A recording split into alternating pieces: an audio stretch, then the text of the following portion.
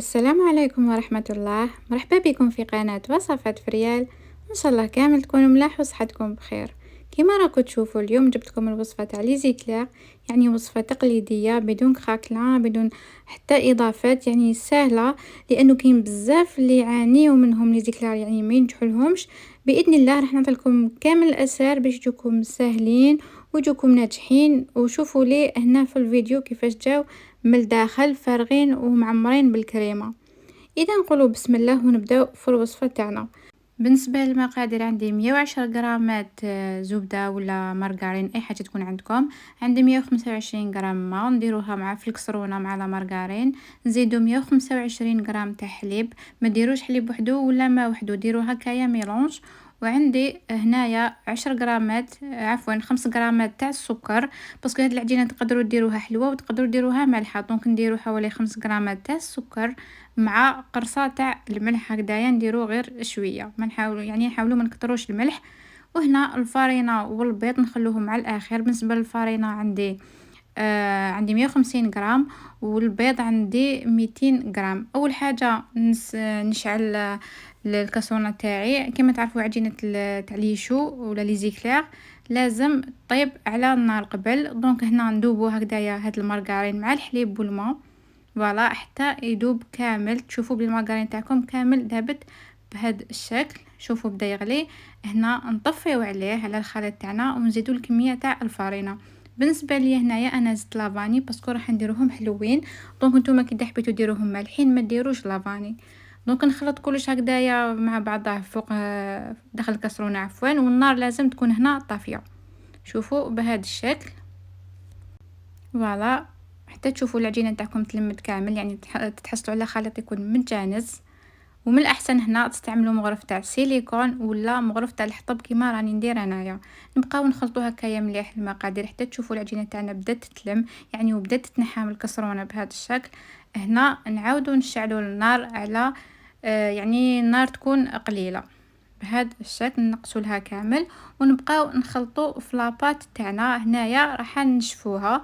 تشوفوها دوكا بلي راهي تنحى يعني ما راهيش تلصق في الكسرونه. تبقاو تخلطوا فيها بهذا الشكل حتى تولي تبدا تلصق. شوفوا هنا راهي ناشفه. تبقاو تخلطوا حتى تحسوها بلي بدات تلصق لكم شويه في الكسرونه، تما باش تطفيو عليها. شوفوا لي هنايا دوكا نشوفوها بلي بدات تعاود تلصق شويه من تحت، نطفيو عليها ونحطوها في لوبول تاع البيتخان. واللي ما عندهاش بيتخان عادي تقدر تستعمل الباتور تاعها. انا نفضل يعني البيتخان باسكو ينقص عليا الخدمه بكل صراحه. ونبداو نحطوها تضرب هكايا بالباليت ولا لوكا كيما كل واحد كيفاش يقولوا له.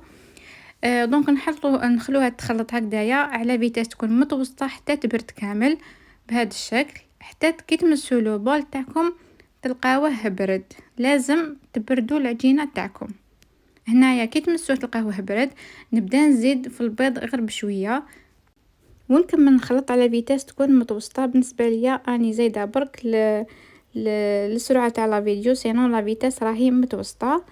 من داك نحبس هكايا على البيتخان تاعي ونخلط العجينه هكايا ونزيد البيض غير بشويه. كما قلت لكم البيض ديروا 200 غرام ولا ديروا 6 حبات يكونوا صغار ولا 5 كبار. تبقاو تزيدوا في البيض تاعكم غير بشويه وتخلطوه حتى تشوفوا العجينه تاعكم. دوك هنا نوري لكم كيفاش راح تولي يعني العجينه. شوفوا كيفاش بدات، يعني القوام تاعها تبدل ماشي كما كان مع الاول. شوفوا كيفاش تجي بهذا الشكل. هنا دوك نحبس لكم باش تشوفوا القوام تاع العجينه كيفاش لازم يكون. شوفوا تكون يعني تحسوها بلي رايحه مطلوقه شويه. شوفوا كي ترفدوها هكايا تهبط بصح ما تقطع لكمش بالخف. شفتوا بهذا الشكل، لازم ما تقطع لكمش بالخف العجينه تاعكم. هنا تحبسوا وديروها في لابوش مع لادوي اللي تكون كيما هذه. بالنسبه ليا استعملت هذه النيميرو تاعها راه يبان لكم 360. درتها في لابوش ودوك نفرغ كامل العجينه داخل لابوش باش يعني هذه هي الطريقه اللي يخدموا بها لي زيكلير. من بعد نجيب هاد لومبورتو بياس نديرو في الفارينه ونطراسيه بهذا الشكل. ما هذا ماشي لازم تستعملوه، تقدروا يعني ديروه عندكم ميزانكم. صح اذا كنتو حتبيعوهم ولا تعتمدوها كمشروع من الاحسن ديروا هاد الطريقه باش يجوكم كامل قد بعضاكم. ونبدا نبوشي بهذا الشكل. شوفوا لازم تكون لابوش تاعكم طالعه شويه بارابور للطابي. انا استعملت هذا الطابي بصح ماشي لازم ديروه، انا برك نحب نستعملو يعني الطياب تاعهم يجي شباب، لكن عادي تقدروا تستعملوا بابي كويسون يكفي. راح نوريلكم في الاخر كاين حبيبات واحد اخرين طيبتهم في البابي كويسون. مور ما نبوشيهم كامل بهذا الشكل، نجيب هكايا شويه ماء ونهبط هادو ما اللي يكونوا طالعين، هادو ما كامل لازم تهبطوهم وما تخلوهمش بهذا الشكل. شويه ما برك وانتم خلاص كملتوهم. من بعد نخلوهم في المجمد حوالي نص ساعه يعني في كونجيلاتور، من بعد باش نطيبوهم. في هذا الوقت نروح نوجد الكريمه تاعي، يعني نديرو قبل كريم باتيسير. عندي 500 غرام تاع حليب مع درت لها 100 غرام تاع السكر، وراح نزيد عليها هنايا المايزينا اللي هي 55 غرام. بالنسبه للمقادير كامل تلقاوهم مكتوبين في صندوق الوصف. الكريمه هذه انا راح ندير كميه كبيره، انتوما ديروا نص تاعها برك راح يكفيكم. دونك زدت عليها 55 غرام تاع مايزينا وخلطتهم مليح بهذا الشكل. وهنا راح نزيد البيض اللي هو عباره عن 100 غرام صفار البيض برك، صفار البيض حوالي 5 حبات ولا 6، يعني 100 غرام. تقدروا تستعملوا بين 90 88، انا حندير 88 غرام.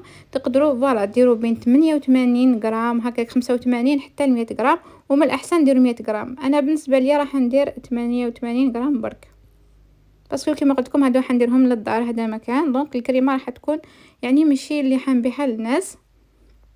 فوالا نخلطهم هكايا مليح مع بعضهم. من بعد نزيد لهم مغرف صغيره تاع لافاني بهذا الشكل، ونكملوا نخلطوهم. خلطوا كلش هكذايا بارد في بارد. من بعد باش نشعلوا عليه، النار تكون قليله، وتبقاو تخلطوه حتى تعقد الكريمه تاعكم وتولي بهذا القوام. يعني هذه هي لا كريم باتيسير اللي كنا خدمناها. فوالا هكذايا راهي طابت. هنايا مر ما طابت الكريمه تاعي نطفي عليها ونزيد عليها المارغرين اللي هي 40 غرام. فوالا هنا راح نديرو لا كريم موسلين.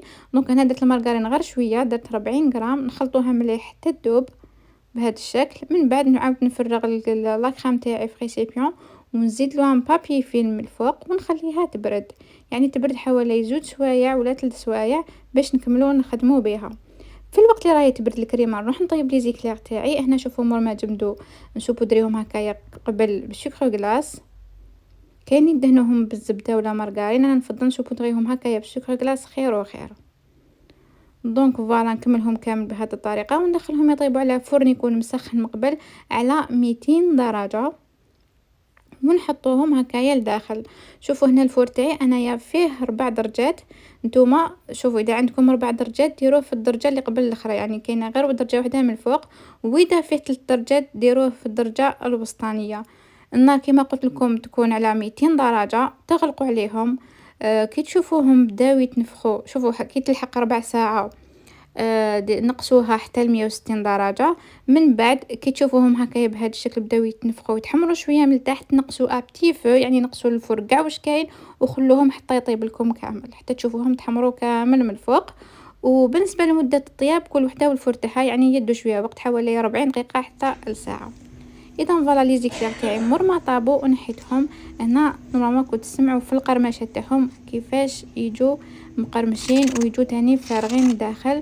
شوفوا لي هذا هو الصوت تاع لي زيكلير كيفاش جا.